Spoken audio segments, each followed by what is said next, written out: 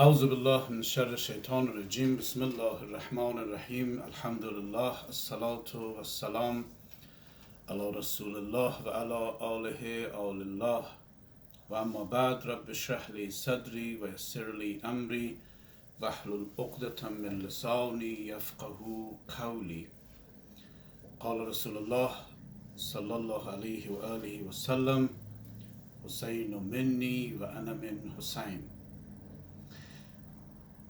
Dear friends, in the past several nights we discussed the way in which we relate ourselves to Imam Hussein and his great uprising.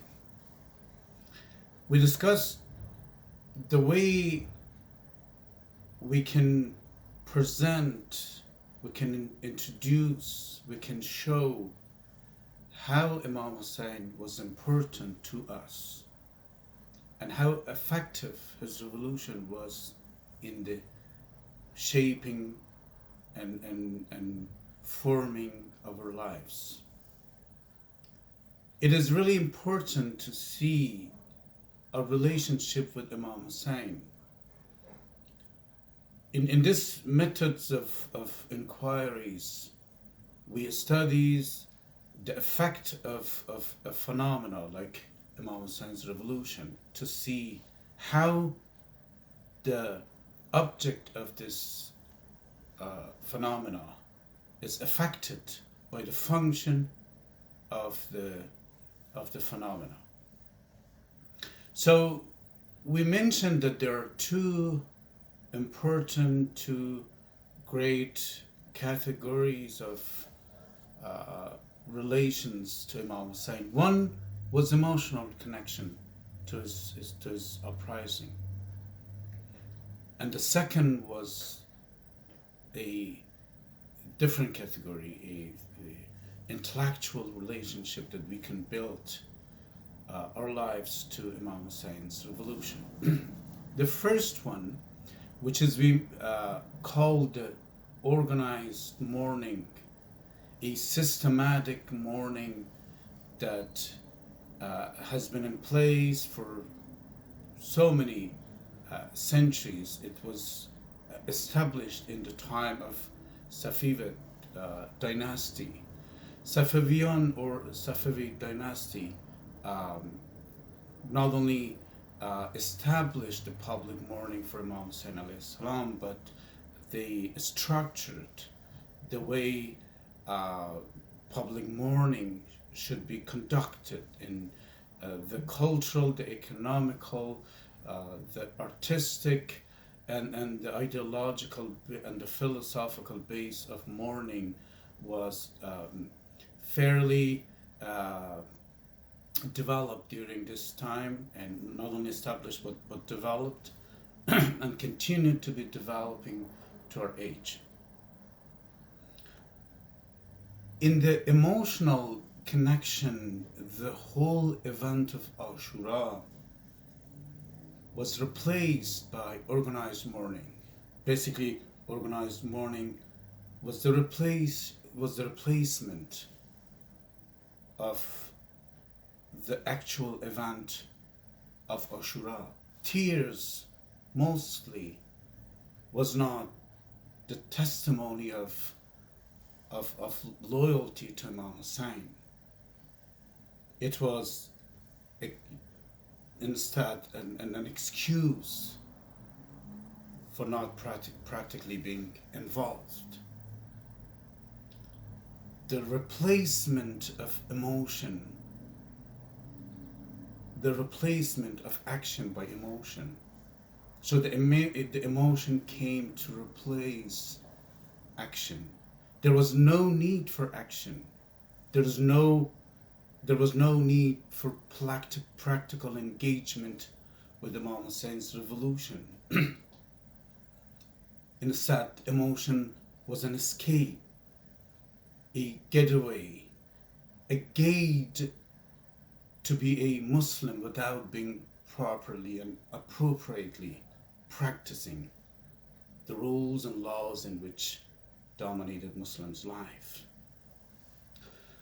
So this, from one side, the result of coming Imam Hussein's revolution into the arena of art and culture was a great invent.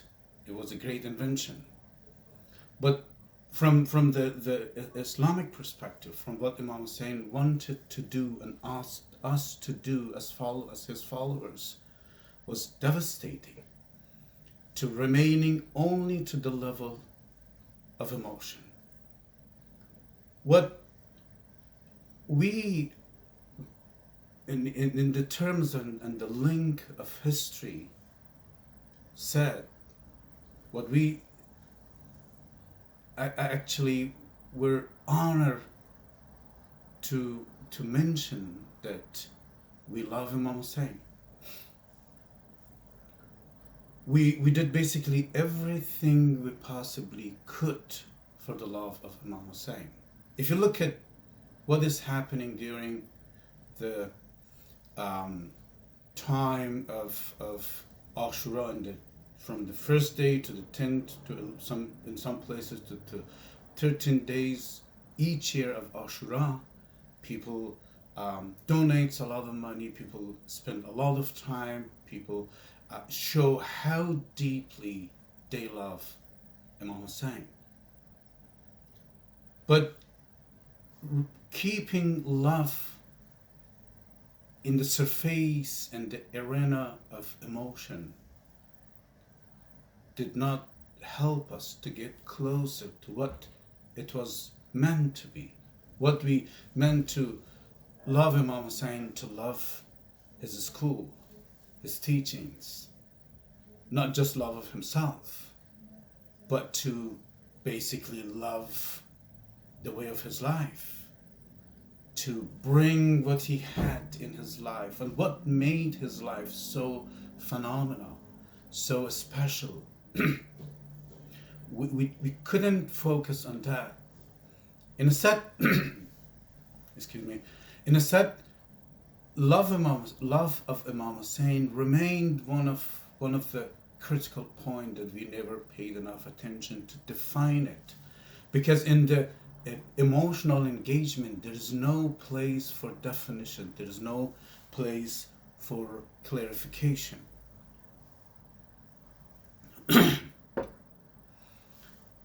What emotion does is a extensive amount of feelings, the expression of feelings through tears and other sort of emotional engagement. So we didn't get the chance to ask what does it mean to love Imam Hussein.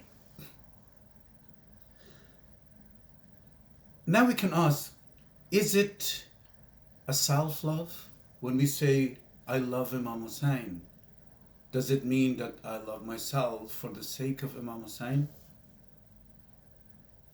If not, then what does it exactly mean?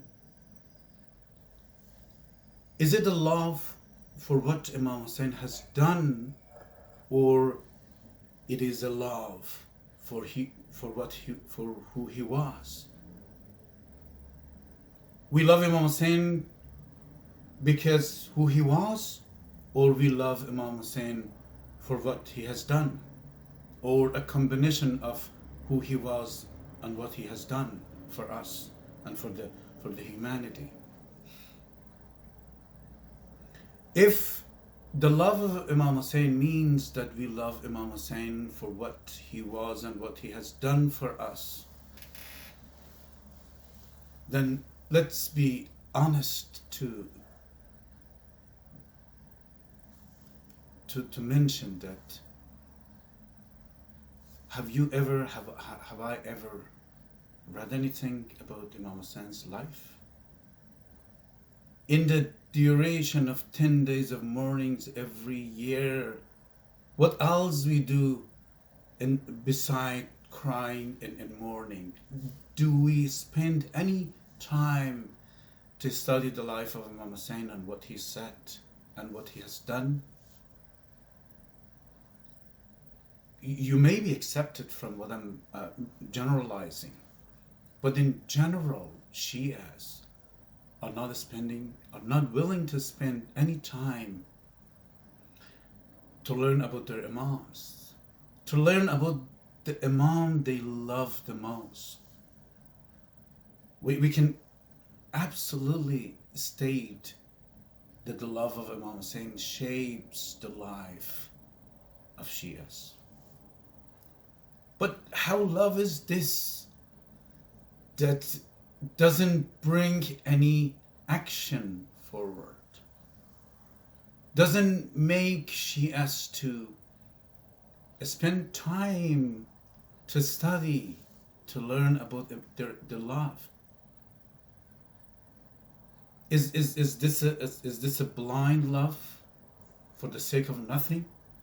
It is something that comes every year for 10 days and goes away when the 10 days of Ashoura goes away? Or it is something that remains with us for the whole year, for the whole life?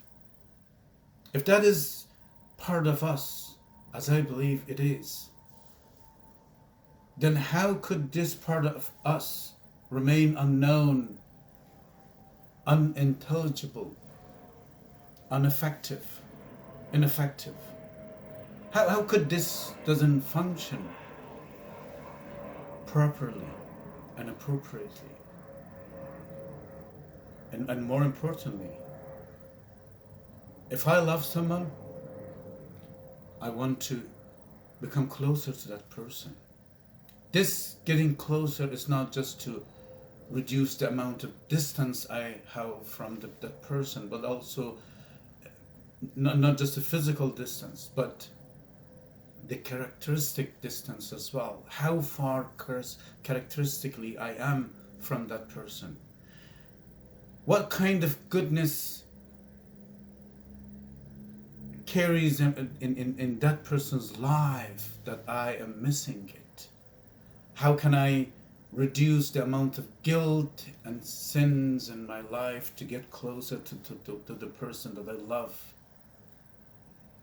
And we may all have a love experience in our lives. You may have been in love with your husband or your wives. And you know what I'm talking about. When you want to get to your love, you sacrifice everything, including the things that your loved one doesn't like you to practice, to say, to think.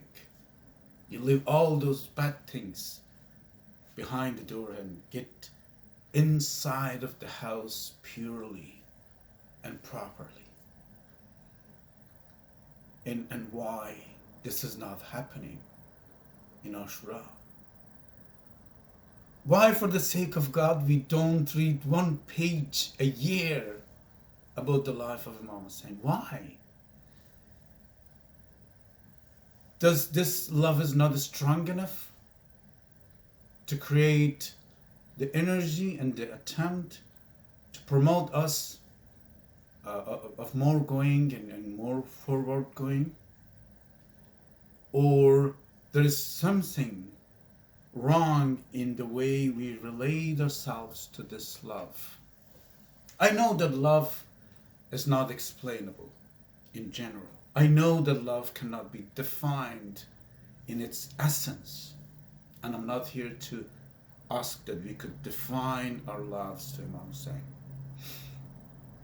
But what I'm here is to see the function of love in its normal and natural ways, and compare it with the love that we have for Imam Hussein. To make it clear and express it in a summarized way, I would say that our love for Imam Hussein is undeniably deep, strong, effective, and could be the most strange love of all loves that we experience, the strongest one, the last longing one, the one that carries with us for the whole length of our lives. And beside this, practically the love for Imam Hussein among Shias and among Muslims was the last effective one. The one who comes and goes away. The one who comes once a year and goes away and do nothing practically with our lives. Why is it? To answer this question, let me tell you briefly the answer, and I will discuss in a deeper analysis in our next conversation.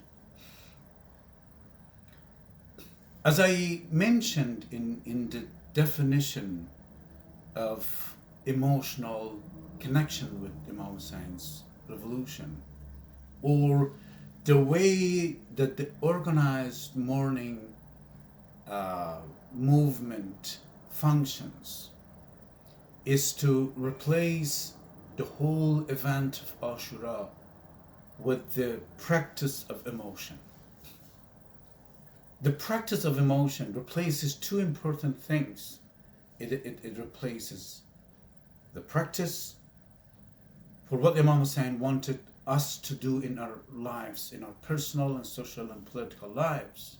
But we practice it in expressing, in performing our emotion, not our intellect, nor our ideology, but our emotion.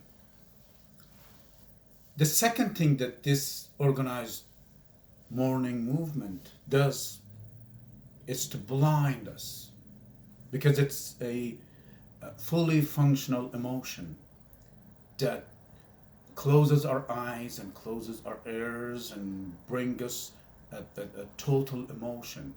And this emotion is the replacement of the revolution, the revolution of Imam Hussein. So what is basically happening is this total emotion blinds us of thinking, because the smallest attempt to think take us further distance from emotion, or at least that is the normal conception from the function of emotion and action is. So it blinds us of thinking, of analyzing, of trying to understand the way we can relate ourselves to Imam Hussein's revolution, to see how possibly we can bring the essence of Ashoura to our lives. For this matter, as I mentioned, the practice of emotion, the organized mourning movement, became a shortcut to paradise. Not only it replaces the revolution of Imam Hussein, and as I put it last night, in the way that this movement took hostage the revolution of Imam Hussein alayhi salam, but also it became a shortcut to paradise. We know a lot of people that they do not practice their religious duties. They do not do what they're supposed to do, and they do what they're not supposed to do, obviously. And they go to mosques and Husseinias every year for 10 days, and they cry hard and they practice the emotional performance, and they're told that if you cry, you go to paradise no matter what. And if this is not the shortcut, then what is this? If Quran advises us that if any single action you have done, it will be counted. Any single action. Then, if someone is doing whatever he wants to do, and then for the sake of crying for Imam Hussein, every bad deeds of him is going to be forgiven, and Imam Hussein will help this person to go to paradise, this is a shortcut. This is a shortcut to paradise. This is a getting away with all non-Islamic deeds, of finding a way to get away from the wrong deeds and make it work and make it beneficial for getting to good ending of life. Just imagine someone who does his religious responsibility every single second. He's honest, he's working hard, he prays hard, he remains a Muslim in his talks, in his deeds. And it's hard. It's hard to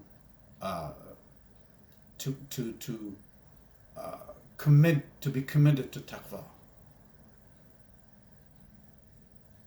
To be a responsible person in front of his God. He needs to deny most of his self-conscious desires. That's not easy, but he does it because he wants to be a good human being, a good Muslim, and he wants to go to paradise. And then we have in the other side a person who does nothing. What he does, he basically his life is the principle of his wishes, and he fulfills his desires right away. And then he, only for crying for Imam Hussein, he will go to paradise. This is a shortcut. Okay, so we're running out of time. I will talk to you tomorrow night, and I hope this discussions brings us one step closer to Imam Hussein's revolution. Wassalamu alaikum wa rahmatullahi wa barakatuh.